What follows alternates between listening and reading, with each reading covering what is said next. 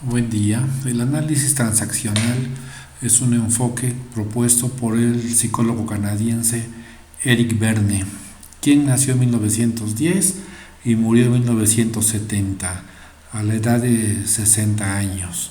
Se considera que Verne, con su muerte, ejemplifica un aspecto importante de lo que era su teoría: el hecho de que los seres humanos nos comportamos en la vida de acuerdo a guiones de vida que aprendimos en la infancia y que los vamos desarrollando a lo largo de toda la vida. Hay que recordar aquí, o hay que precisar más bien, que Verne pues es una persona que viene del psicoanálisis, por lo tanto diversos de sus conceptos están imbuidos de este enfoque. Para Verne lo define como una terapia interaccional, basada en el presupuesto de que los seres humanos adoptamos decisiones con base a las premisas. Justamente estas premisas pues son lo que nos va llevando por la vida, aquello que nos va haciendo que nuestra vida tenga un sentido, y que pues este tipo de premisas fueron adoptados en la infancia. Aquí en esa diapositiva se presentan los tres estados del yo, los cuales Eric Berne definió en sus entrevistas con pacientes. Abundaremos más en un momento con ellos. Aquí la idea es aumentar la conciencia con la capacidad de finalidad de capacitar a las personas para adoptar nuevas decisiones. Entonces, en este sentido, pues el guión de vida puede ir cambiando. En esta diapositiva está un poco más explicado aquello que tiene que ver con los tres estados del yo.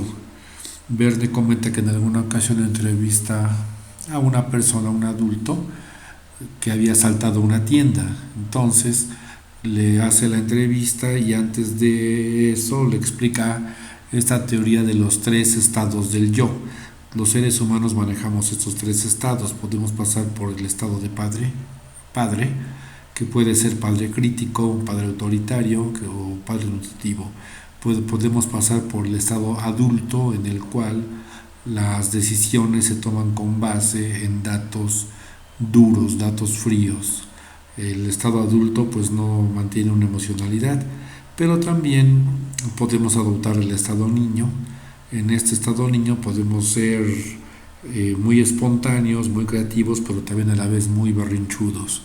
Verne comenta que le explica a esta persona esta teoría y luego le pregunta que qué sintió cuando asaltó la tienda, porque la persona pues la asaltó con una pistola de juguete y aparentemente pues lo había hecho más, por las respuestas que da posteriormente, lo había hecho más como diversión. Entonces él le contesta, pues realmente no sé por qué lo hice. Verne le dice, es que no le estoy preguntando al estado adulto, le estoy preguntando al estado niño.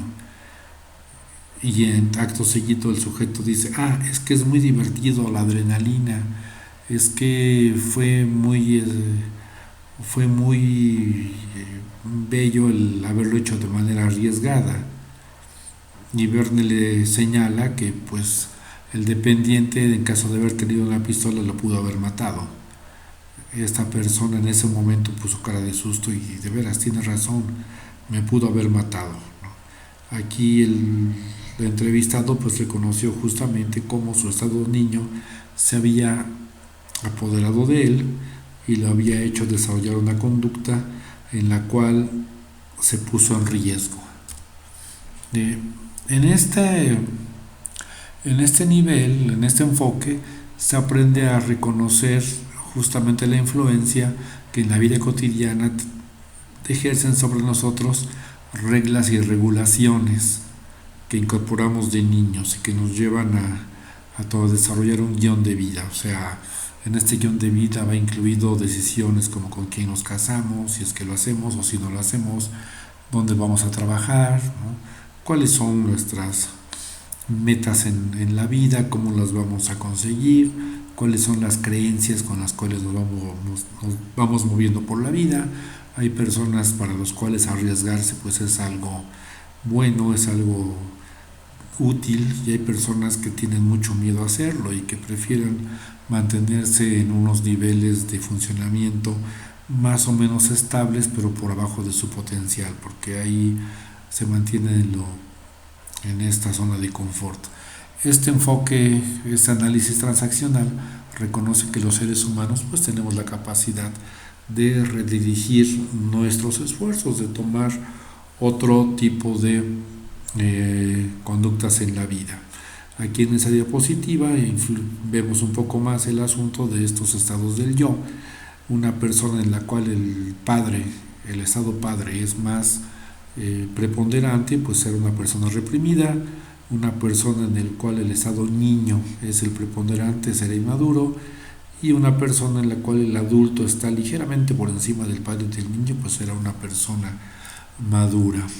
Bajo esta práctica, pues se reconoce que justamente la conciencia es paso importante en el proceso de cambio. En este asunto, en este tenor, este enfoque no se diferencia de otros enfoques en los cuales el insight pues es justamente prerequisito para que los seres humanos hagamos aquellas modificaciones en nuestro estilo de vida que nos hagan vivir la vida de una manera mucho más amable. Entonces, en las primeras sesiones, las técnicas van dirigidas justamente a aumentar la conciencia de los participantes sobre los problemas, así como las opciones.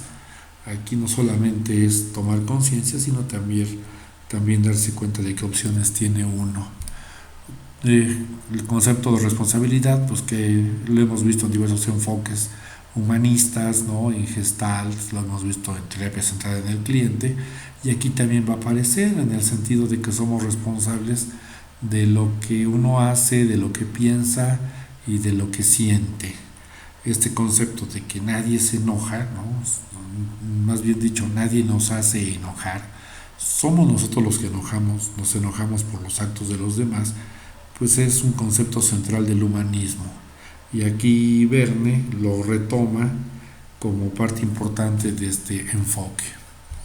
La palabra transaccional pues es justamente colocada en este nivel en lo que se refiere a estos intercambios, sobre todo comunicacionales, que las personas llevan a cabo, ¿no? O sea, cuando uno tiene una relación, por ejemplo, en un pleito, una esposa puede estar discutiendo con el marido y a lo mejor el marido pues está tomando actitudes de adolescente.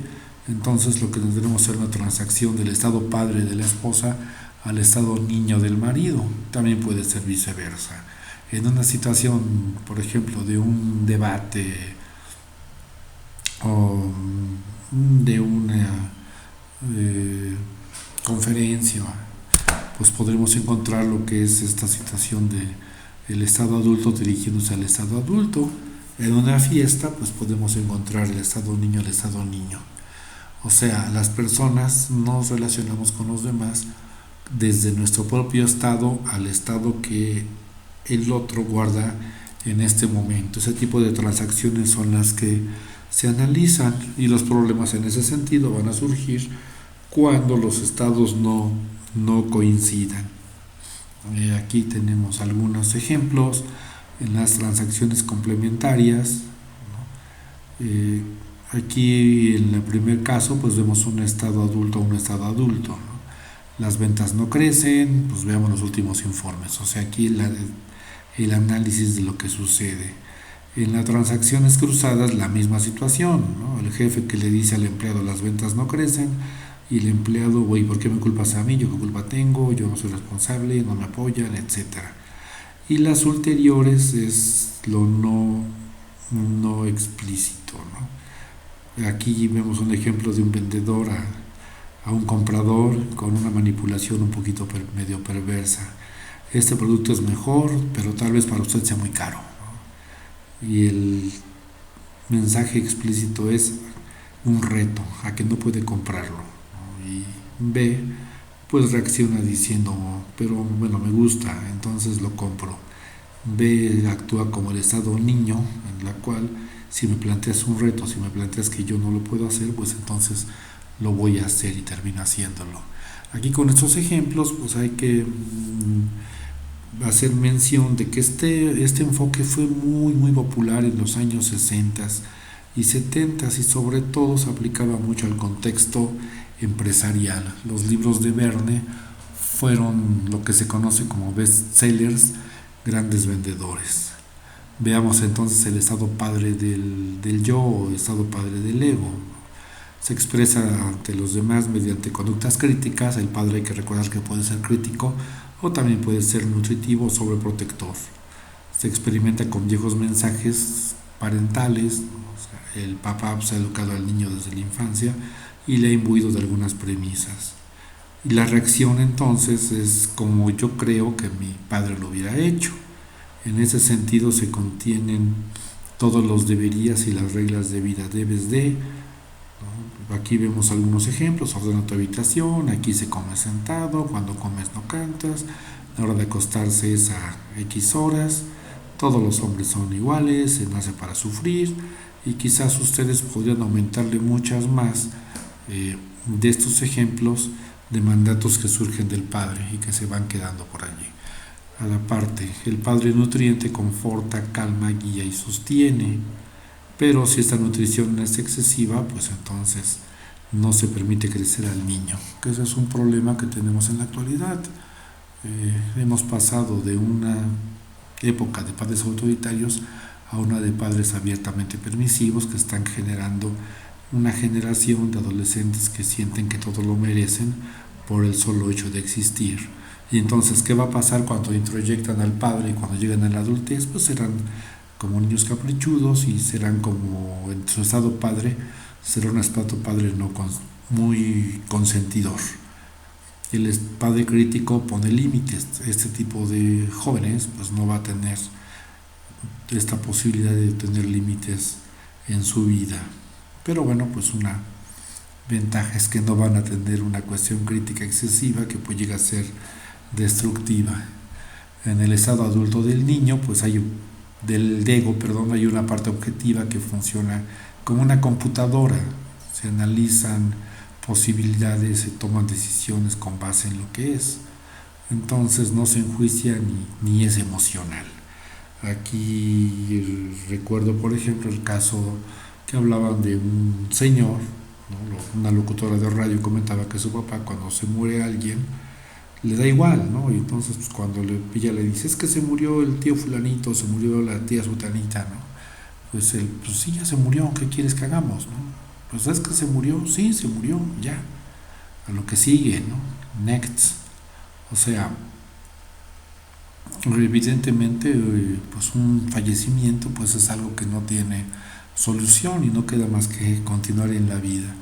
Esta persona a la quien se refiere el padre, pues lo llevaba hasta sus últimas consecuencias. Podríamos explicar que manejaba este estado adulto del yo. Aquí ponemos otro ejemplo, cuando algo muy común en la calle, manejando, nos hacemos de palabras con algún otro chofer, entonces el padre, el estado padre te dice romperle la cara, el padre sobreprotector, pues no lo escuches, ¿no? Y el adulto computa, el estado adulto computa, si peleo puedo ganar o perder, pero ¿qué pasa si gano? Pues tengo problemas con autoridad. ¿Qué pasa si pierdo? Voy al hospital o me pasa algo más grave. Entonces, con base en eso se toman decisiones. En el estado del niño, del yo, pues hablamos de los sentimientos, impulsos, acciones espontáneas, que contiene todos los impulsos que llegan del niño, que naturalmente le han llegado, e incluimos recuerdos. Aquí la palabra recuerdos está entre comillas porque bueno, pues después de cierta edad los recuerdos que se tienen ya no son tan confiables que efectivamente las cosas se hayan dado como se supone que se dieron, y entonces se trabaja más con la significación del recuerdo que con el recuerdo real como es. Nadie pudiera confirmar cómo es este recuerdo, si es cierto o no es cierto. Aquí vemos, de acuerdo al autor Roberto Kertész, las funciones de los estados del yo. El padre domina lo que se ha aprendido y entonces juzga, ordena, critica, aconseja, protege y como tiene el deber ser. El adulto pues es lo pensado, hay que recordar que el adulto es una computadora, por lo tanto mide, razona, analiza, califica, evalúa datos de la realidad. Entonces aquí, ¿qué es, qué decisión se toma? La que me conviene con base en los informes. Y en el estado del niño pues se refiere a lo sentido, lo emocional, que lo que se siente, las intuiciones, pero también la parte creativa, y entonces qué transmite lo que me gusta hacer o quizás lo que me disgusta hacer. Ese tipo de, así es como se manejan estos estados del yo en la dirección en la vida. Por otra parte, otro concepto importante son las caricias. En inglés es strokes, y esta palabra tiene muchos significados. Aquí el traductor lo tradujo como caricias. En otros textos puede ser que la traducción sea un cuanto diferente, por lo que se comenta de que tiene múltiples significados. Entonces también se refieren a estímulos biológicos dirigidos al niño, como acariciarle la piel o acunarle. También puede ser el stroke, una unidad de reconocimiento como el contacto visual que se establece entre un estudiante y un profesor, una sonrisa, una seña con la cabeza, algún reconocimiento que se otorga por alguna situación, como el hecho de haberse jubilado, y entonces hay un diploma por este hecho, etcétera. En el texto de terapia grupal que se lleva, pues lo traducen como caricias. En ese sentido, pues hay dos tipos de caricias que nos desarrollan confianza. Las positivas, que son lo que nosotros sabemos que hay como tal, ¿no? O sea, el reconocimientos, eres muy bueno, eres muy guapo, eres muy asertivo, eres muy acertado, etcétera. Pero también hay caricias negativas, y las caricias negativas pues son insultos, son gritos, son golpes. Verne a esto, que aparentemente en el lenguaje no debería corresponder a una caricia, lo nombra así porque es como una constancia de que uno vive. Entonces, si a mí mis padres no me otorgan ningún reconocimiento, voy y golpeo a mi hermano, porque solamente de esa manera lo reconozco. Me insultan y entonces prefiero que me insulten a que me ignoren, y de alguna manera pues obtengo una caricia, y esto siempre será preferible a una ausencia de caricias, ¿no? Como en la diapositiva esta, que el joven pregunta: mamá, ¿y azúcar? Sí, ¿dónde, que no la encuentro? Siempre tengo que venir a buscarte todo, eres un inútil, está aquí en la lata de galletas que dice café. De alguna manera pues esta persona le está dando una caricia negativa, pero es mejor eso a no ser reconocido. Otro concepto son los mandatos y los contramandatos, que son los mandatos que ambos vienen de la infancia y se quedaron en el yo niño. El mandato empieza con la palabra no seas, no tengas éxito, no te acerques, no te separes de mí, no quieras, no necesitas, no seas tú, no te enojes, etcétera. No seas tú mismo. Por otra parte tenemos el contramandato, que se da en positivo, los deberías y lo que los padres esperan de uno. Los hijos sirven para todo, inclusive para cargar con las frustraciones de nosotros los padres. Sé duro, sé perfecto, trabaja todo lo que puedas, haz lo que yo espero de ti, ¿no? A veces aquí el padre, pues que tuvo un ideal frustrado, utiliza al hijo para reponerse de esa frustración. Yo quise ser médico, no pude serlo, entonces te toca a ti serlo y triunfar por mí. Repito, en esta situación de mandatos y contramandatos hay que tomar conciencia para irlo superando. Un libro que fue muy leído en esta época fue el libro de juegos en que participamos. Pues prácticamente en todas las librerías siempre había pilas de este libro, porque pues sus conceptos eran muy polémicos, fueron muy populares, Y bueno, pues allí Verne habla de las transacciones, habla de los juegos, que para algún autor pues fue una forma desafortunada de nombrar a este tipo de transacciones, porque nosotros entendemos que el juego es algo divertido y aquí no, aquí el juego no es algo divertido, de hecho pues son una serie de transacciones en los cuales se termina con sentimientos negativos, por lo menos para una de las personas. Pero este juego le llamó así porque pareciera que sigue ciertas reglas, pareciera que sigue un cierto proceso y pareciera que tiene una finalidad. Eh, estos elementos se empieza con transacciones complementarias, o sea, compartimos comunicaciones en las cuales decimos cosas en las que estamos de acuerdo porque parecen que son adecuadas a la situación, pero hay una transacción ulterior, posterior, que constituye la agenda oculta, o sea, lo que yo estoy buscando como parte de ese juego, que puede ser una ganancia neurótica. Y esto me lleva a un beneficio negativo que da por terminado el juego y que justamente este es el propósito del juego. Verne, que en alguna ocasión trabajó con parejas, y entonces en una sesión los separa y empieza a analizar con ellos las comunicaciones que se refieren a las culpas, ¿no? Y cada uno de los miembros de la pareja mencionaba o reaccionaba como afirmando que mi conducta es resultado de la conducta de mi pareja. Yo no estoy atacando, solamente me estoy defendiendo. Y los hace que tomen conciencia de que esta situación pues es parte de un juego. Y a ese juego le llama si no fuera por ti. Porque se termina, si no fuera por ti yo sería feliz, si no fuera por ti yo estaría tranquilo, si no fuera por ti mi vida sería otra cosa, etcétera. Y aquí con los nombres de los juegos pues nos damos una idea de por dónde iba Verne. Sí, pero no. La persona que trata de que no puede decir nunca que no y siempre dice que sí, pero nunca dice cuándo. Pégame una patada, personas que van por la vida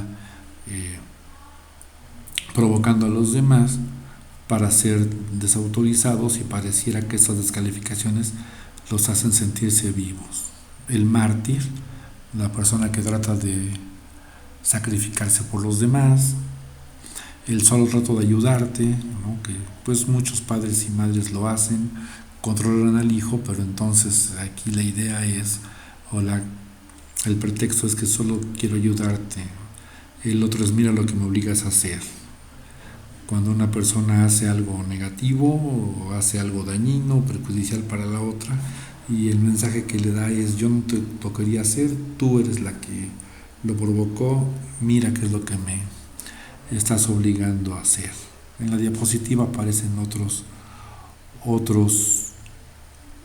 tipo de juegos que dan título justamente a este tipo de interacciones en las cuales el beneficio que se da es negativo. Por ejemplo, ser mártir pues también muchas veces implica tener una preponderancia en el grupo, ¿no? Ser la víctima, y mucha gente juega a ser la víctima. Es más fácil jugar a ser la víctima que a ser el victimario. Para Verne pues el objetivo era desenmascarar estos juegos y hacerlos inútiles, que las personas rompieran con ese tipo de transacciones.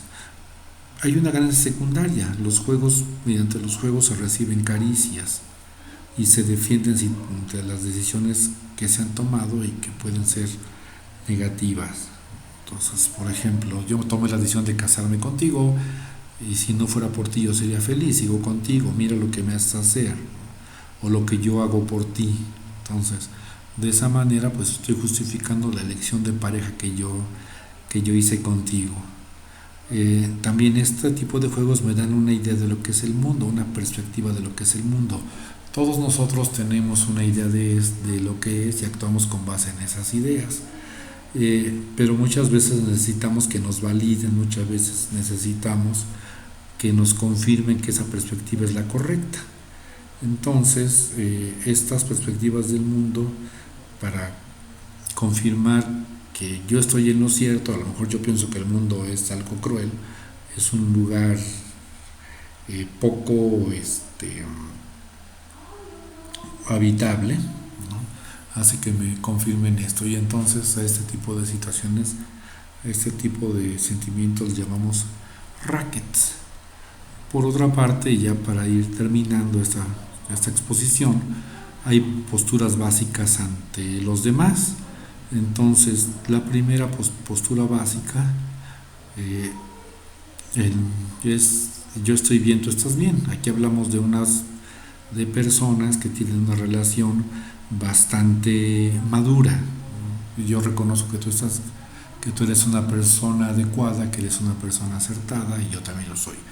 Yo estoy bien, tú estás mal. Hablamos de personas que buscan estar por encima de los otros, personas que pueden ser autoritarias, personas que no se sienten a gusto si no están haciendo el mal. La otra sería yo estoy mal, tú estás bien, una postura en la cual pues hay una depresión, baja autoestima, sentimientos de inadecuación. Tú eres una persona superior a mí, yo soy una pobre víctima. Y la última, pues que sería el pesimismo absoluto, yo estoy mal, tú estás mal. Tanto tú como yo, pues somos personas inadecuadas para la vida, ¿no? En ese sentido, pues podemos definir a personas completamente depresivas. Como se ha comentado, pues este análisis transaccional lo que busca es justamente aumentar la conciencia de las personas sobre su situación, identificar cuál es su postura básica ante la vida, identificar los juegos en los cuales las personas se meten, identificar los guiones de vida. Inclusive pues algunos autores de este modelo transaccional elaboran cuestionarios para ir detectando cuál es el guión con el cual uno va por la vida. Y entonces lo que se comenta en el grupo justamente pues es esta retroalimentación sobre cómo podemos ir cambiando nuestros estilos de vida, sobre todo a partir de lo que representan los estados del yo, ¿no? Irle dando mayor preponderancia al estado del yo adulto sin descuidar al yo niño, y por supuesto adoptando al yo padre como en un nivel nutritivo. Repito, este modelo fue bastante popular en los años 70, 60, 70 y todavía en los 80. Diversos libros de Verne, inclusive probablemente se pueden conseguir todavía. Aparte de juegos en que participamos, estaba otro de qué hace usted después de decir hola, y algunos más. De hecho, pues esta moda que ya ha durado un buen tiempo de los libros de autoayuda, pues tiene a Verne como uno de sus fundadores, porque estos libros se leían justamente como manuales de autoayuda. En descargo de Verne, pues lo que él hacía pues era algo mucho más científicamente demostrado. Él era algo mucho más elaborado que los actuales libros de autoayuda que se venden por tonelada, muchos de los cuales pues son escritos por personas que no tienen mucho contacto con la psicología. Verne, pues evidentemente pues era un autor serio, cuyo pensamiento pues merece ser estudiado y aplicado. Y bien, con esto terminamos esta exposición de lo que es el análisis transaccional.